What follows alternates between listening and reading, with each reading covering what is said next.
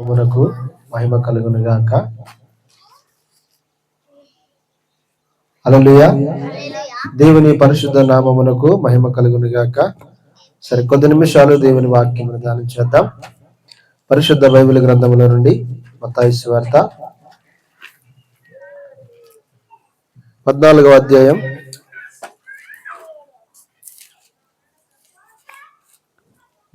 24వ వచనం చదువుదాం.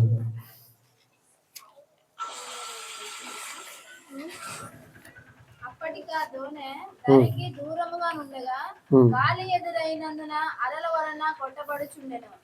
రాత్రి 4వ జామున ఆయన సముద్రం మీద నడుచుట శిష్యులు చూచి తొందరపడి భూతమని చెప్పుకొని భయము చేత కేకలు వేసిరి.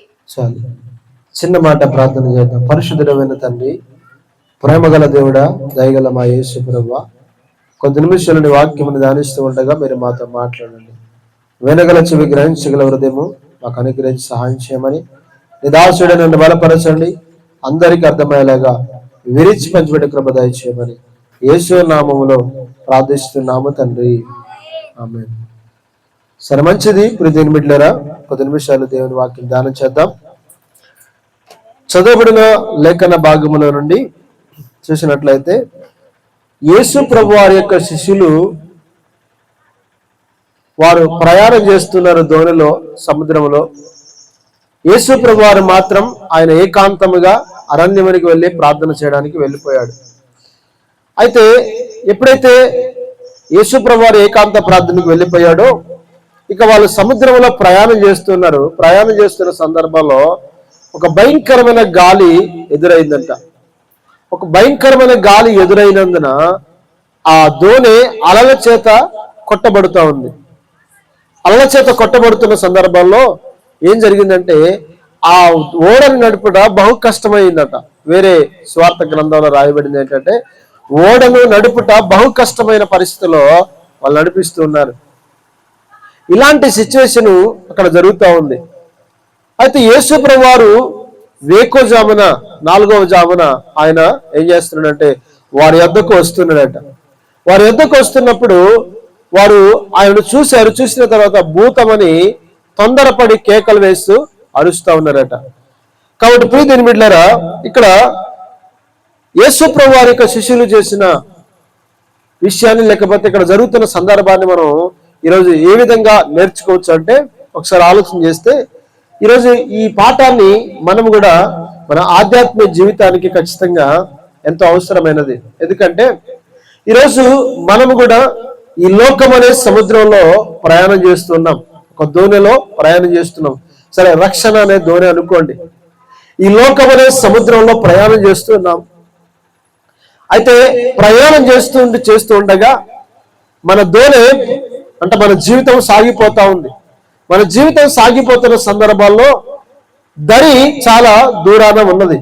అంటే దరి అంటే ఒకవేళ ఈ దరి నుండి ప్రారంభమై మరొక దరికి చేరుకోవాలి వాళ్ళు ప్రయాణం చేసి. మనం కూడా ఈ లోకంలో రక్షణనే ఆ యొక్క విశ్వాస యాత్రను ప్రారంభిస్తూ మనం క్రీస్తు రాకడ వరకు చేరుకోవాలనేది దేవుని ఉద్దేశం. అంటే క్రీస్తు రాకడలో ఎత్తబడాలి. ఎత్తబడిన తర్వాత నిజమైన గమ్యానికి మనం చేరుకున్న వారు అవుతాం. అర్థమవుతుందా?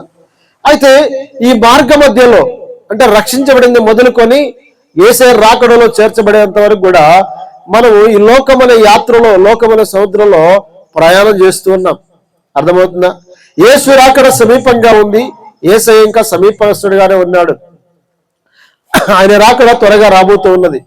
ఇలాంటి సిచ్యువేషన్ లో ఒక వ్యక్తి తన ఆధ్యాత్మిక జీవితంలో ఎన్నోసార్లు ఎన్నో రకాల ఒడిదుడుకులు ఎదురవుతుంటాయి. అర్థమవుతుందా? ఇక్కడ మనం చూస్తే ఆ దోణి నడిపించబడుతున్నప్పుడు భయంకరమైన గాలి వచ్చిందంట. ఏం గాలి వచ్చింది? భయంకరమైన గాలి ఎదురైందట. అర్థమవుతుందా?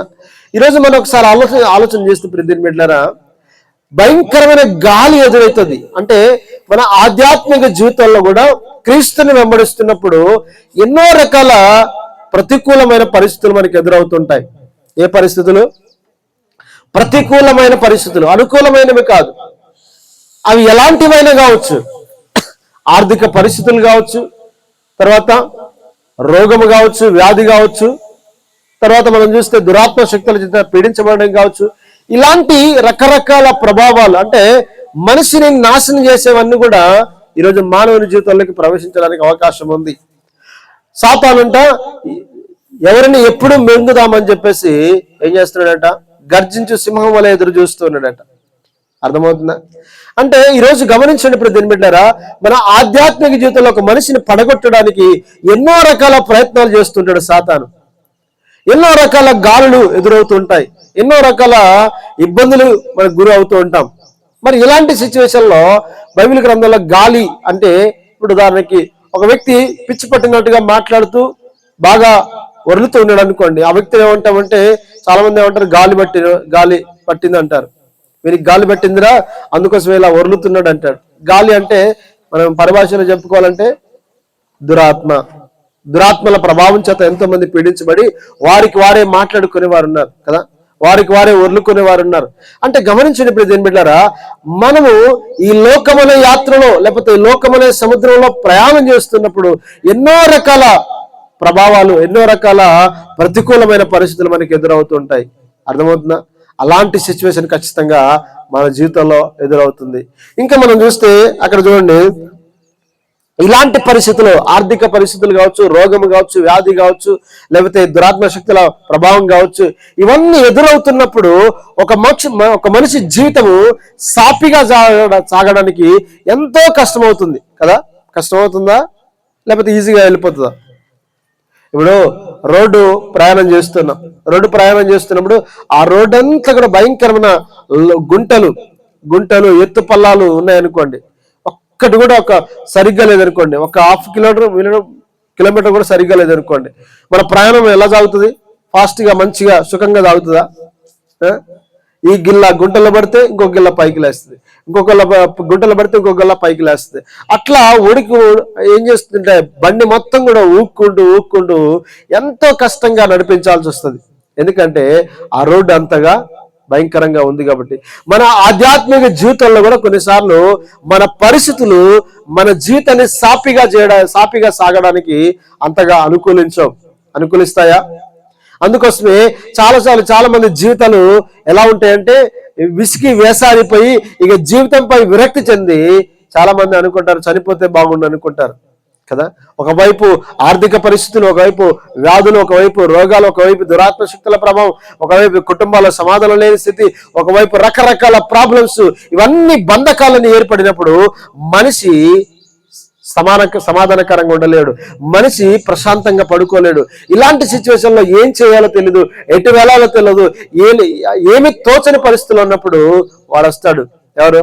సాతాను వచ్చేసి అంటాడు, చనిపోరాదు, ఇక నీ పరిస్థితులన్నీ బాగలేవు, అన్ని తారుమారు అయిపోయినాయి, నీతో మాట్లాడేవారు లేరు, నీకు అన్ని విరుద్ధంగా, నీకు ఆరోగ్యం బాగలేదు, లేకపోతే ఆర్థిక పరిస్థితులు బాగలేదు, లేకపోతే దురాత్మ శక్తుల ప్రభావం బాగలేదు, పిల్లలు బాగలేదు, ఇక రకరకాల ప్రాబ్లమ్స్ చెప్పేసి చనిపోతే బాగుంటదిగా అనగానే చాలా మంది ఏం చేస్తారంటే ఆ దురాత్మ స్వరానికి లోబడి చాలా మంది చనిపోతున్నారు. అర్థం చేసుకోండి. చాలా మంది అనుకుంటారు చనిపోతే ప్రాబ్లమ్స్ పోతాయి అనుకుంటున్నారు. లేదు, చనిపోతే ప్రాబ్లమ్స్ ఎక్కువ అవుతాయి. అర్థమవుతుందా? సమస్యలు చనిపోతే తీరవు, సమస్యలు చనిపోతే ఎక్కువ అవుతాయి. ఎప్పుడు? నువ్వు కనుక ఒకవేళ నిన్ను ఆత్మహత్య చేసుకుంటే. ఇదిగోండి, ఆత్మహత్య అనేది చాలా నేరం. ఈ లోకపరంగా చట్టపరంగా చూస్తే తనను తాను చంపుకోవడం కూడా నేరం. అర్థమవుతుందా? కాబట్టి గుర్తుపెట్టుకోండి ప్రతి బిడ్డలారా, ఎందుకంటే ఇలాంటి పరిస్థితులు వచ్చినప్పుడు మనం ఎవరిని ఆశ్రయించాలంటే దేవుణ్ణి మాత్రమే ఆశ్రయించాలి. ఇంకా చూడండి, అక్కడ అదోనంట అలల చేత కొట్టబడుతుందట. ఒకవైపు ఏమో దరి దూరంగా ఉంది, ఒకవైపు ఏమో గాలి వీస్తా ఉంది, ఒకవైపు ఏమో ఈ ఓడ నడిపించడం కష్టం అవుతా ఉంది. అర్థమవుతుందా? యేసు ఇంకా రావట్లేదు, ఆయన రాకడం సమీపంగా ఉంది, ఇంకా ఆయన ఎప్పుడు వస్తాడో మనకు తెలియదు. కానీ మనం ఆయన వచ్చిన మరుక్షణాలు వెళ్ళిపోతే యుగయుగాలు ఆయనతో పాటు జీవించగలం, యుగయుగాలు సమాధానకరంగా సంతోషంగా ఉండగలం. మరి ఆయనేమో త్వరగా రావట్లేదు, పరిస్థితులు ఎక్కువైపోతున్నాయి, ఈ జీవితం గడపడమేమో, జీవితాన్ని సాగించడమేమో కష్టమవుతోంది కదా. ఇలాంటి సిచ్యువేషన్లు అన్ని కూడా ఒకవైపు అలల చేత కొట్టబడుతుంది ఆ దోనే, ఎప్పుడు రివర్స్ అయ్యి మునిగిపోతుందో తెలియదు కదా. గుర్తుపెట్టుకోండి ప్రతిదినమే, ఎన్ని అలలు వచ్చినా ఎన్ని గాలులు ఎదురైనా అర్థం చేసుకోండి, యేసు ప్రభు ఖచ్చితంగా మనకు సమీపంగా ఆయన వస్తున్నాడు గనుక ఏది ఎంత మాత్రం మనకు హాని చేయదు. ఒకసారి ఆలోచన చేయండి, ఆయన సముద్రంపై నడుచుకుంటూ వస్తున్నాడు, వీళ్ళ ఓడ అలల చేత కొట్టబడతా ఉంది. మరి యేసు ప్రభు వారికి తెలుసా తెలియదా? ఎందుకంటే ఆయనకు మన ప్రతి పరిస్థితి తెలుసు. ఆయన మనందరి చూస్తున్నవాడు. ఆయన ఈరోజు గుర్తుపెట్టుకోండి, అర్థం చేసుకోండి, ప్రతి ఒక్కరిని కూడా దృష్టిస్తున్న దేవుడు, చూస్తున్న దేవుడు ఆయన. నీ పరిస్థితి, నా పరిస్థితి, అందరి పరిస్థితులు ఎరిగిన వాడు గనక ఏ మాత్రం మనం భయపడద్దు. అర్థం చేసుకోండి. ఎందుకంటే ఇలాంటి పరిస్థితుల్లో మనం ఏం చేయలేం. అలాంటప్పుడు ఎలా ఉండాలి? మౌనంగా ఉండి ప్రభువుకు ప్రార్థన చేయడం తప్ప ఇంకేమీ మనం చేసేదేమీ లేదు. ఒకవేళ మనం సాధించి దీన్ని తీర్చగలమంటే తీర్చొచ్చు, లేదు సాధించి తీర్చలేమంటే ఏం చేయాలి? ఇక ఆయనపై మాత్రమే ఆధారపడాలి. మరి ఒకవేళ ఒకసారి మీకు చెప్పాను, ఒక సమస్య మనకు ఎదురవుతే దీన్ని నేను తీర్చగలనంటే దాని గురించి చింతపడతాం ఏమన్నా? ఎందుకంటే ఈరోజు పనికి పోతే ఆ డబ్బులు వస్తే దీన్ని తీర్చగలను అనుకుంటాను. లేదు, ఒకవేళ నేను తీర్చలేను, నా వల్ల కాదు, ఇది దేవుడు తీర్చగలడు కాబట్టి దేవునిపై భారం వేస్తాం. మరి దేవునిపై భారం వేసి ఏం చేయాలి? మరి చింత లేకుండా ఉండాలి. అర్థమవుతుందా? మరి మనం తీర్చగల స్తోమత ఉండి చింతిస్తుంటాం చాలాసార్లు, తీర్చలేని స్తోమత ఉండి, తీర్చలేని సామర్థ్యం లేని పరిస్థితి ఉండి కూడా చింతిస్తూ ఉంటాం. దానివల్ల ప్రయోజనం ఉంటుందా? ఎందుకంటే మనం చింతించడం వల్ల ఏమీ చేయలేం. అర్థమవుతుందా? కాబట్టి గుర్తుపెట్టుకోండి, ఆ ధోని అలల చేత కొట్టబడుతోంది. ఎన్నో రకాల పరిస్థితులు మనల్ని భయంకరంగా ఏం చేస్తూ ఉంటాయి? కొడుతూనే ఉంటాయి. అంటే ప్రాబ్లమ్స్ మీద ప్రాబ్లమ్స్, సమస్యల మీద సమస్యలు, ఇరుకుల మీద ఇరుకులు, ఇబ్బందుల మీద ఇబ్బందులు ఎదురవుతూనే ఉంటాయి. మరి ఇలాంటి పరిస్థితుల్లో మనం ఏం చేయాలి? ఇలాంటి సిచ్యువేషన్లో మనం ఏ విధంగా మన జీవితాన్ని కాపాడుకోవాలి? చూడండి, అక్కడ ఆ ధోని నడిపించడం అతి కష్టం అవుతుంది. ఈ సమయంలో ఈ ధోని నడిపించబడుతున్నప్పుడు, ఈ ధోని ఎంత కష్టపడుతున్నప్పుడు, గాలితో లేకపోతే అలల చేత కొట్టబడుతున్నప్పుడు, అప్పుడు యేసు ప్రభువారు ఆయన రావడం జరుగుతూ ఉంది. చూడండి, అక్కడ ఆయన సముద్రం మీద నడుచుట శిష్యులు చూచి తొందరపడి భూతమని చెప్పుకొని భయము చేత కేకలు వేసిరి. అర్థమవుతుందా? చూడండి 25 వచ్చిన రాత్రి 4వ జామున ఆయన సముద్రం మీద నడుచు వారి యొద్దకు వచ్చెను. హల్లెలూయా! ఎవరి యొద్దకు వచ్చాడట? ఈ అలల చేత కొట్టబడుతూ గాలికి ఆ దూరం నడిపించలేక ఇబ్బంది పడుతున్న ఆ వ్యక్తి శిష్యుల దగ్గరికి యేసు ప్రభువు 4వ జామున సముద్రం మీద నడుచుచు వారి యొద్దకు వచ్చాడట. హల్లెలూయా! చూసారా ఎంత గొప్ప విషయం అంటే, వాళ్ళు పడుతున్న పరిస్థితిని చూసి యేసు ప్రభువు నడుచుకుంటూ వారి దగ్గరికి వస్తూ ఉన్నాడు. ఈరోజు మనం కూడా ప్రియదేవుని బిడ్డలారా గమనించండి, నిబ్బరమైన బుద్ధి గల వారమై మన దేవుని కొరకు కనిపెట్టినట్లయితే ఖచ్చితంగా మన ఏ పరిస్థితిలో ఉన్నా కూడా ఆయన ఖచ్చితంగా మనల్ని చూస్తున్నాడు కనుక మన యొద్దకు వస్తాడా? ఖచ్చితంగా ఆయన ఒకవేళ నీకు విశ్వాసం ఉంటే, దేవుడు నన్ను చూస్తున్నాడు, నా మీద దృష్టి నిలిపాడు, నాకు ఖచ్చితంగా మేలు చేస్తాడని ఒకవేళ నువ్వు అనుకుంటే ఖచ్చితంగా మేలు చేస్తాడు ఆయన. దేవుడు ఏదైనా చేయగలడు కదా, చేస్తాడా చేయడా? చాలాసార్లు మనం ఏమంటామంటే దేవుడు ఏమైనా చేయగలడు అంటాం. అవునా కదా? ఏమైనా చేయగలడు అంటాం. కానీ మన దగ్గర వచ్చేసరికి ఏమంటాం? దేవుడు చేస్తాడంటారా? అందరు కూడుకున్నప్పుడు, లేకపోతే ఏమంటారు, గుంపులో అందరు వ్యక్తుల్లో మాట్లాడే మాట విధానం ఏంటంటే దేవుడు ఏదైనా చేయగలడు. మరి దేవుడు ఏదైనా నాకు చేస్తాడు అని చెప్పగలవా? దేవుడు నాకు చేస్తాడు, ఆయన చేయగలడు అనే దానికి చేస్తాడు అనే దానికి తేడా ఉందా లేదా? ఇప్పుడు ఒక సమస్య వచ్చింది అనుకోండి, దేవుడు ఏమైనా చేయగలడమ్మా అని అంటాం. అదే సమస్య నేను ఫేస్ చేస్తాను అనుకోండి, అలా అనగలనా? దేవుడు నాకు చేస్తాడని చెప్పగలమా? చేయగలడు అనే దానికి చేస్తాడనే దానికి చాలా తేడా ఉంది. ఈరోజు అందరూ చేయగలడు అంటారు కానీ దేవుడు నా జీవితంలో చేస్తాడని నమ్మలేకపోతున్నారు. చేస్తాడని నమ్ముతున్నారా? దేవుడు ఏమైనా చేయగలడు. మరి అదే మాట నా జీవితంలో దేవుడు చేస్తాడని ఎందుకు నమ్మట్లేదు కదా? ఇండివిజువల్గా ఏమంటామంటే ఏదైనా చేయగలడు ఆయన, కానీ మన పరిస్థితి ఇబ్బందిగా ఉన్నప్పుడు, మనం తారుమారు అవుతున్నప్పుడు దేవుడు చేస్తాడని నమ్మలేకపోతున్నాం కదా? చేయగలడనే దానికి చేస్తాడనే దానికి చాలా తేడా ఉంది. అర్థం చేసుకోండి. ఇప్పుడు యేసు ప్రభువు వారి యొద్దకు వచ్చినప్పుడు యేసు ప్రభువుని చూసి వాళ్ళు తొందరపడి ఏం చేస్తున్నారంటే భూతమని కేకలేస్తున్నారట. అర్థం చేసుకోండి. అంటే ఆ సమస్యల్లో, ఆ తొందరపాట్లో ఏమంటున్నారో తెలియట్లేదు. యేసు ప్రభువుని అర్థం చేసుకోలేకపోతున్నారు. యేసు ప్రభువుని చూడలేని పరిస్థితిలో ఉన్నారు వాళ్ళు. అర్థం చేసుకోండి. మనం కూడా చాలాసార్లు ఆ సమస్యలు ఎక్కువైపోయినప్పుడు, బీపీ రేజ్ అయినప్పుడు ఏం మాట్లాడతామో అర్థం కాదు కదా. అవునే కదా. ఏం మాట్లాడతామో మన నోటికి ఏం మాట వస్తుందో తెలీదు. ఎందుకంటే తొందరపాటు. ఎందుకు తొందరపాటు అంటే ఆ సమస్యను బట్టి కదా. సమస్యను బట్టి ఎవరైనా నిమ్మలంగా ఉన్నవారు చూసారా? ఇప్పుడే కొన్నాం మంచి ఒక గ్లాస్ పాత్ర, మంచిది, ఒక ఏమంటారు దాన్ని, కూజా లాంటి మంచి గాజు పాత్ర, 200 పెట్టి తెచ్చాము. ఇంట్లోకి తీసుకొచ్చాము. ఈ పాపకి ఇచ్చాము. అరే తీసుకెళ్ళి గాడ బెట్టరు అన్నాం. తీసుకుంది, చపక్కన జారేసింది, పడిపోయింది. ఏం చేస్తాం? ఎంత బీపీ వస్తుంది కదా. ఆ బీపీలో ఇక ఎట్లాంటి మాటలు వస్తాయంటే అట్లాంటి మాటలు వస్తాయి, ఖచ్చితంగా వస్తాయి. అసలు నీకు ఉందా? ఇక నాలుగకు ఏ మాట అంటే ఆ మాట రావడానికి కారణం ఏంటి? అంత తొందరగా రేజ్ కావడానికి కారణం ఏంటంటే ఆ సమస్య అది పగిలిపోయింది కాబట్టి. ఏం కాదులే డాడీ, ఏం కాదులే నాన్న అంటావా? అసలు అన్ని చూడండి అసలు ఎలా ఉంటుంది ఒకసారి. ఎంత ప్రశాంతంగా ఉంటుంది, ఎంత పీస్ఫుల్గా ఉంటుందో. వస్తువు ఇంకా ఇప్పుడు కాబట్టి తర్వాత కొనుక్కుంటాం. ఏం కాదులే అన్నాం అనుకోండి, అసలు ఆ సమస్య ప్రాబ్లమే ఉండదు కదా. ఈరోజు ట్రై చేయండి, ఏదైనా కావచ్చు. హల్లెలూయా. నేను కూడా నేర్చుకున్నాను చాలాసార్లు. ఇదివరకు చాలాసార్లు కోప్పడేది, కానీ ఇప్పుడు ఎందుకో కొంచెం ఆగి ఆలోచించాల్సి వస్తుంది ఏదైనా.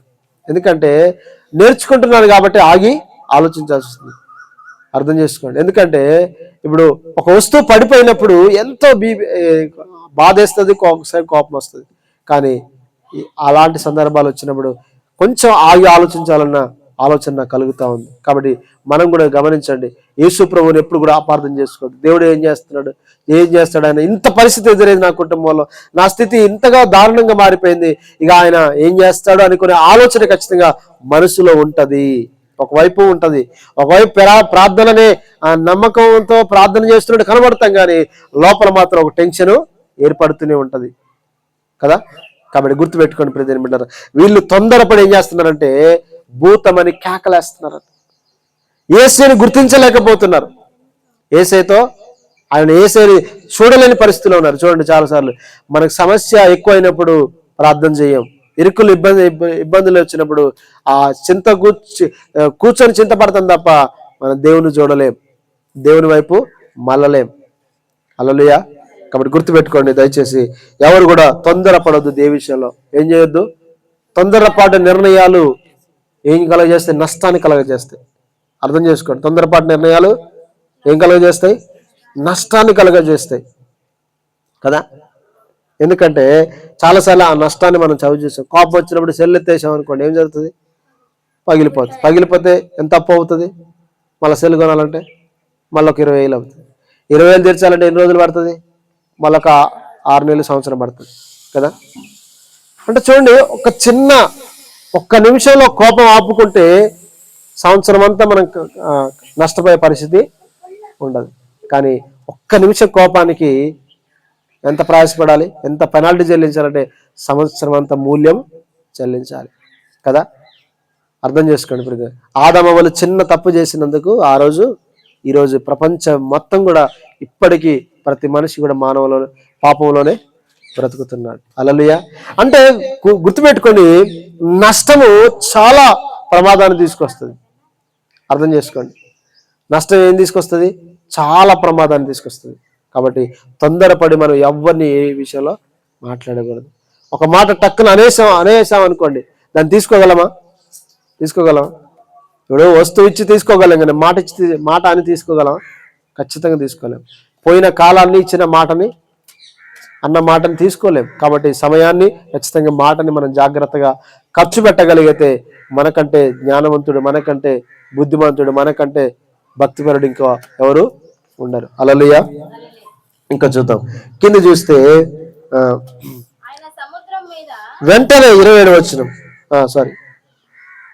ఆయన సముద్రం మీద నడుచుట శిష్యులు చూచి తొందరపడి భూతమని చెప్పి కేకలు వేసిరి. వెంటనే యేసు ధైర్యము తెచ్చుకొనుడి, నేనే, భయపడుకుడని వారితో చెప్పగా పేతురు, ప్రభువా నీవే అయితే నీళ్ళ మీద నడిచి నీ యొద్దకు వచ్చుటకు నాకు సెలవిమ్మని ఆయనతో అనెను. చాలు. ఇక్కడ చూడండి, యేసు ప్రభువారు అంటున్న మాట ఏంటంటే, నేనే, ధైర్యం తెచ్చుకొనుడి, భయపడకుడు అంటున్నాడు. ఏమంటున్నాడు? యేసు ధైర్యం తెచ్చుకొనుడి, నేనే, భయపడకుడి. మనం ఏం చేయాలి? మన పరిస్థితుల్లో ఉన్నప్పుడు మనమే ధైర్యం తెచ్చుకోవాలి. ఎవరు మనల్ని ధైర్యపరచరు. ఒక క్రైస్తవుడు ఎప్పుడు కూడా ఒకటి గుర్తుపెట్టుకోవాలంటే, మనకు మనమే ఎంకరేజ్ చేసుకోవాలట, మనకు మనమే ధైర్యపరచుకోవాలి. యేసుప్రభువు వారు అంటే బైబిల్లో ఒక మాట రాశాడంట. ఎన్నిసార్లు రాశాడంటే 365 సార్లు రాయబడిందట భయపడకుడు అనే మాట. సంవత్సరానికి ఎన్ని రోజులు? 365 రోజులు. అంటే ప్రతిరోజు దేవుడు చెప్తున్న మాట ఏంటి? భయపడద్దు, నేనున్నాను, భయపడద్దు. ఎవరున్నారు? మన పిల్లలు చెప్పాలి, మనకు చెప్పుకోవాలి. మన పిల్లలకి నేనున్నాను, ఏమనొద్దు, ఏం కాదు అనొద్దు. ఎప్పుడు కూడా మనం ఏం చేస్తాం? ఇప్పుడు స్కూల్కి వెళ్తున్నారు, వాళ్ళని కాపాడగలం మనం? ప్రయాణం చేస్తున్నారు, లేకపోతే స్కూల్లో ఉంటున్నారు, ఎక్కడ ఉంటున్నారు, లేకపోతే రోడ్డు మీద నడుచుకుంటూ పోతున్నారు, షాప్కి వెళ్ళబోతున్నారు, నేనున్నాను బిడ్డ అని కూర్చొని సరిపోతుందా? సరిపోదు. ఏం చేయాలి? ప్రార్థన చేయాలి. ఏమని చేయాలి? దేవుడు నీకు ఉన్నాడు, నువ్వు ఎక్కడికి పోయినా నిన్ను కాపాడుతాడు. యాకోబుతో ఒక మాట అంటాడు, నువ్వు వెళ్ళి ప్రతి స్థలం ముందు నేను నీకు తోడై ఉంటానన్నాడు ఆయన యాకోబుతో. అంటే ఈరోజు మన పిల్లల్ని మనం కాపాడుకోలేం.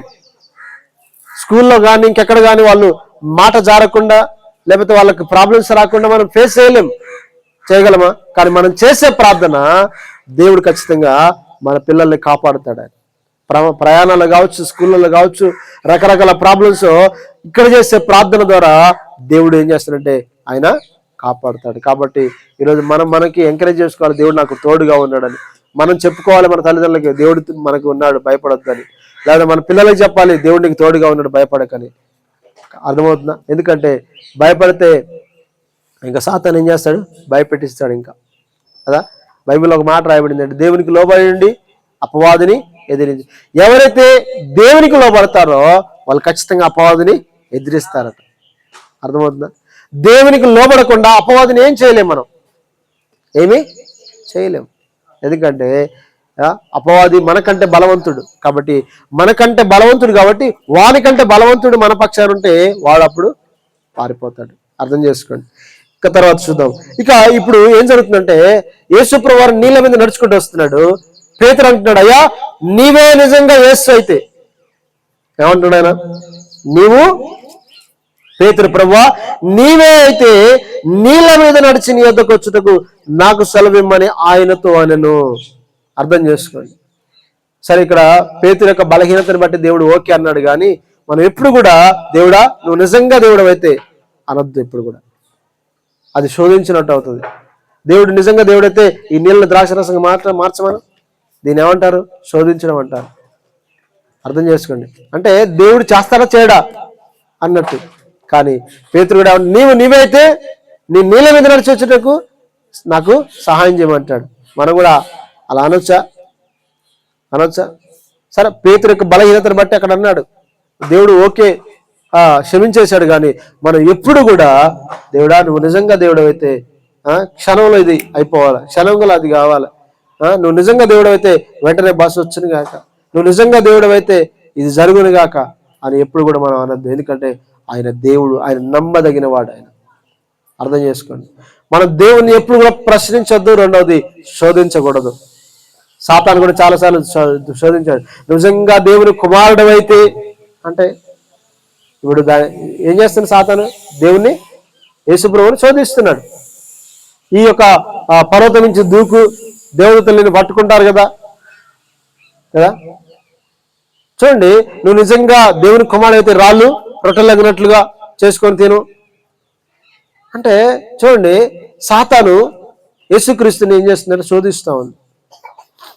ఈరోజు మనం కూడా ఈ దేవుణ్ణి ఎప్పుడు కూడా శోధించవు. నువ్వు దేవుడవయ్యా, నువ్వు ఖచ్చితంగా చేస్తావు, అంతే, అంతవరకే. కానీ నిజంగా దేవుడు అయితే ఇది చేయేందుకు, అది చేయేందుకు అంటే ఇంకా మనం ఏం చేస్తున్నాం అంటే యేసయ్యను శోధిస్తున్నాం.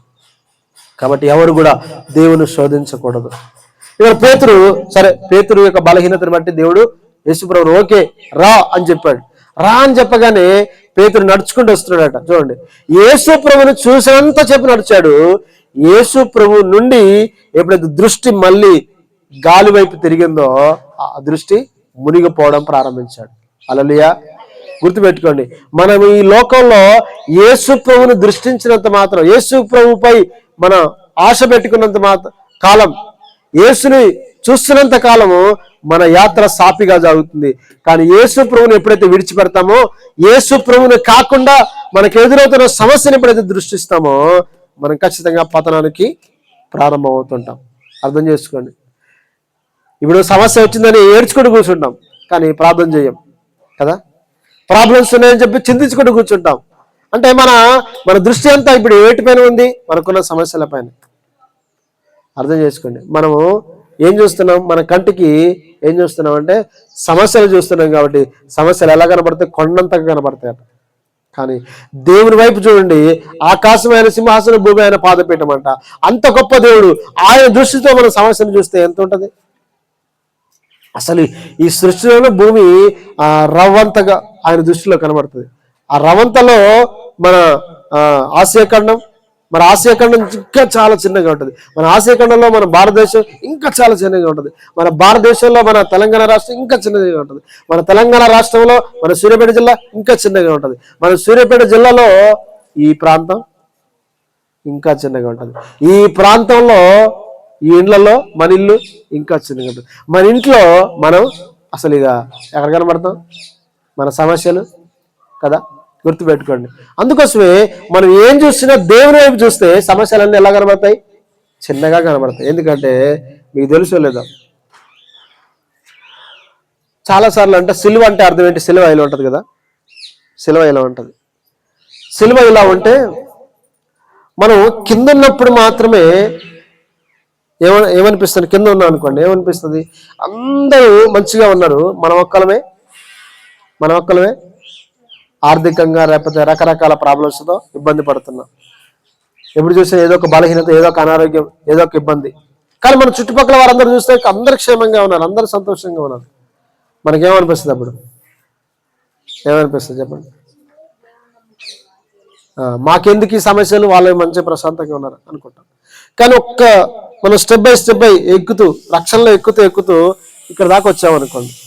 ఇక్కడ దాకా వస్తే ఇప్పుడు ఇక్కడి నుంచి చూడండి, దేవుని వైపు నుండి, దేవుని దగ్గర నుండి చూస్తే ఇప్పుడు మనమేమో ఇక్కడ ఉన్నాం, వీళ్ళేమో ఇక్కడ ఉన్నారు. అర్థం చేసుకోండి. ఇప్పుడు ఇక్కడున్న వ్యక్తికి ఇక్కడ ఏముందో కనబడుతుందా? కనబడదు. పైకి పోతే కనబడుతుంది. అర్థం చేసుకోండి. అయితే వీళ్ళేమో కాలు జారి చోటనే ఉన్నారు. వీళ్ళు క్షణంలో కాలు జారితే నిత్య అగ్నిగుండం. వీళ్ళేమో ఎక్కడున్నారు? వీళ్ళు రక్షణ పొందిన వారందరూ కూడా చనిపోతే మరుక్షణాలు ఎక్కడికి పోతారు? నిత్య పరలోకంలో పోతారు. ఇప్పుడు ఈ రెండు కనపడాలంటే ఎక్కడ ఉండాలి? మనం ఎక్కడ ఉండాలి? ఇక్కడికి వచ్చి చూస్తే ఇటు ఏది నిత్య నాశనం ఉంది, ఏది నిత్య జీవం ఉందో కనబడుతుంది కదా. ఇక్కడికి వెళ్ళనంత వరకు ఏమనుకుంటామంటే వీళ్ళంతా సేఫ్ మార్గంలో ఉన్నారు అనుకుంటాం కదా.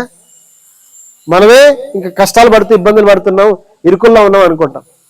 కానీ ఇక్కడున్న లోయని కనబడాలంటే ఎక్కడి నుంచి కనబడుతుంది? పైకి పోతే కనబడుతుంది. అర్థం చేసుకోండి. కాబట్టి ప్రియ దేవుని బిడ్డారా, గమనించండి, మన జీవితాల్లో కూడా ఎవరిని చూడాలి? మనం యేసు ప్రభువుని చూస్తే మనము ఖచ్చితంగా యాత్రలో ముందుకు వెళ్తా ఉంటాం. హల్లెలూయా. చూడండి, అక్కడ ఆయన రమ్మనగానే పేతురు దోణి దిగి యేసు వద్దకు వెళ్ళుటకు నీళ్ల మీద నడిచని గాని గాలి చూచి భయపడి మునిగిపోసాగి ప్రభువా నన్ను రక్షించమని కేకలు వేశాను. హల్లెలూయా. ఎప్పుడైతే గాలిని చూశాడో వెంటనే మునిగిపోవడం ప్రారంభించాడు. మనం కూడా దయచేసి గుర్తుపెట్టుకోండి, మనకు సమస్యలు వచ్చినప్పుడు యేసు వైపు తిరిగితేనే సమాధానకరంగా మన యాత్ర కొనసాగుతుంది. కానీ మన సమస్యల వైపు చూసామా, ఇంకెక్కువ కునిగిపోతుంటాం, ఇంకెక్కువ మనం నలిగిపోతుంటాం, ఇంకెక్కువ ఇక నేను తీర్చలేని, నేను నా వల్ల కాదు అని చెప్పేసి మనం బలహీనపరుచుకొని, మనం కించపరుచుకొని, మనల్ని తృణీకరించుకొని ఆఖరికి చావును కొని తెచ్చుకునే పరిస్థితులు ఉంటాయి. కాబట్టి దయచేసి సమస్యల్ని మనం ఎప్పుడు కూడా చూడొద్దు. అర్థం చేసుకోండి. మనం యేసు వైపు వెళ్తుంటే వాడు ఒకసారి రఫ్న గాలి ఊతాడు. ఊదగానే ఏమవుతుంది? ఇప్పుడు పిల్లలు నడుస్తున్నారు అనుకోండి, చీకట్లో ఓ అన్నాం అనుకోండి, ఏం చేస్తారు? భయపడతారు కదా. అక్కడ నుండి తల్లి పిలుస్తూ ఉంటది, వీడు మంచిగా ధైర్యంగా పోతాడు. అప్పటిదాకా ఎప్పుడుదే భం అన్నాం అనుకోండి, ఏమవుతుంది? భయపడిగా దిక్కులా చూస్తుంది, మమ్మీ అని కేకలేస్తా ఉంటాడు. అరే ఎదురుగా మమ్మీ ఉంది, డాడీ ఉంది కదా. కానీ సౌండ్ వినేసరికి ఏమైపోయింది? సాతాను ఎప్పుడు కూడా మళ్ళీ ఏం చేస్తాడంటే బెదిరిస్తూ ఉంటాడు. ఏం చేస్తాడు? బెదిరిస్తూ ఉంటాడు. బం అనగానే దడుచుకుంటాం. వీళ్ళు కూడా ఈయన కూడా అంతే. ఎప్పుడైతే గాలిని చూశాడో మునిగిపోవడం ప్రారంభించి ప్రభువా రక్షించమని కేకలేస్తున్నాడు. అవునా? పిల్లలు కూడా అంతే కదా. డాడీ మమ్మీ అని చెప్పేసి ఏడుస్తూ పరిగెత్తు కూడా వస్తారు. చిన్న పురుగు కనబడగానే ఏడుస్తూ ఉంటారు. అక్కడే మమ్మీ ఉంటాడు, అక్కడే డాడీ ఉంటాడు కదా కదా. అవునా కదా. చిన్న పురుగు కనబడగానే ఎందుకు ఏడుస్తారు? అదేమన్నా చేస్తుందా? చేయదు. కానీ అంటే దుష్టుడు కూడా ఏం చేస్తాడంటే అంతగా మనం భయపెడుతుంటాడు. మనం దేవునితో ఉన్నా కూడా, దేవునితో నడుస్తున్నా కూడా కొన్నిసార్లు భయపెడుతుంటాడు. మనం ఏం చేయొద్దు? అనేక సౌండ్స్కి లేకపోతే వాడి పెట్టే ప్రతిదానికి భయపడదు. సాతానా నువ్వెంత, నీ లెక్క ఎంత అని చెప్పి అనాలంట మనం. హల్లెలూయా. ఇక చూడండి, తర్వాత మనం చూస్తే ఆయన అంటాడు, ఆయన చేయబెట్టుకొని తిరిగి పైకి తీసుకొస్తాడు. మునిగిపోతున్న వ్యక్తిని ఎప్పుడైతే కేకలు వేస్తూ ఉంటాడో, అరుస్తూ ఉన్నాడో, అప్పుడు మరలా దేవుడు చేయబట్టుకొని పైకి లేపి ధోనిలోకి తీసుకెళ్లి కూర్చుంటాడు. హల్లెలూయా, హల్లెలూయా. అప్పుడు ధోని అంతా ప్రశాంతంగా ఉంటుంది. అప్పుడు గాలి అణిగిపోతుంది. అంటే యేసు ప్రభువు మన జీవితంలో ఉంటే మన జీవితం అంతా ప్రశాంతంగా ఉంటుంది, మన కుటుంబం అంతా ప్రశాంతంగా ఉంటుంది, మన యాత్ర ప్రశాంతంగా సాగుతుంది. అర్థం చేసుకోండి. అర్థమవుతుందా? యేసు ప్రభువు లేకుంటే ఏం జరుగుతుంది? రకరకాల గాలులు, సౌండ్లు వచ్చేసి మనల్ని ఏం చేస్తాయి? తారుమారు చేస్తూ ఉంటాయి. కాబట్టి అప్పుడు వాళ్ళు నిజంగా నువ్వు దేవుని కుమారుడు అని అప్పుడు ఆయనకి సాగినప్పుడు నమస్కారం చేశారట. కాబట్టి ప్రీతిని బిడ్డలారా, ఒకసారి గుర్తుపెట్టుకోండి, సమస్యలు రావడం కొన్నిసార్లు మనకు మంచికే. ఎందుకంటే దేవుని యొక్క గొప్ప అద్భుతాలు మనం చూస్తూ ఉంటాం, దేవుని యొక్క ఆశ్చర్యకారాలు మనం చూస్తుంటాం. దేవుని యొక్క గొప్పతనం ఏంటో ఎప్పుడు తెలుస్తుంది చెప్పండి? ఒక సమస్య వచ్చినప్పుడు కదా. దేవుడు ఎంత అద్భుతకరుడో, దేవుడు ఎంత స్వస్థపరిచి దేవుడు ఎప్పుడు తెలుస్తుంటే మనకి సమస్య వచ్చినప్పుడు తెలుస్తుంది కదా. కొన్ని సమస్యలు రావడం ఆయన నామానికి మహిమకరంగానే వస్తూ ఉంటాయంట. ఆయన ఎవరో నిరూపించబడాలంటే ఖచ్చితంగా మనం సమస్యల గుండా వెళ్ళాలి, సమస్యలు జయించాలి. జయించినప్పుడు ఆయన ఎవరో లోకానికి మనకి ఇంకెక్కువ అర్థమవుతుంది, ఇంకెక్కువ దేవుడిని అర్థం చేసుకోవడానికి అవకాశం ఉంటుంది. కొన్నిసార్లు అల్ప విశ్వాసంతో ఉంటే ఇంకెక్కువ మనం మునిగిపోవడం ప్రారంభిస్తూ ఉంటాం. దయచేసి గుర్తుపెట్టుకోండి, ఈరోజు గుర్తుపెట్టుకొని తొందరపడద్దు, అల్ప విశ్వాసాలుగా మనం ఉండొద్దు. సమస్యలు వస్తున్నాయని చెప్పేసి మనం కంగారు పడి శిశువులుగా కేకలు వేయకుండా ప్రభు సన్నిధిలో ప్రార్థన చేస్తూ ముందుకు సాగిపోతే దేవుడు గొప్పగా విజయాన్ని ఇస్తాడు. ఈ మాటలు దేవుడు దీవించును గాక. అందరం తల ఉంచుదాం, ప్రార్థన చేద్దాం. స్తోత్రం. హల్లెలూయా, హల్లెలూయా, హల్లెలూయా, హల్లెలూయా, హల్లెలూయా, హల్లెలూయా.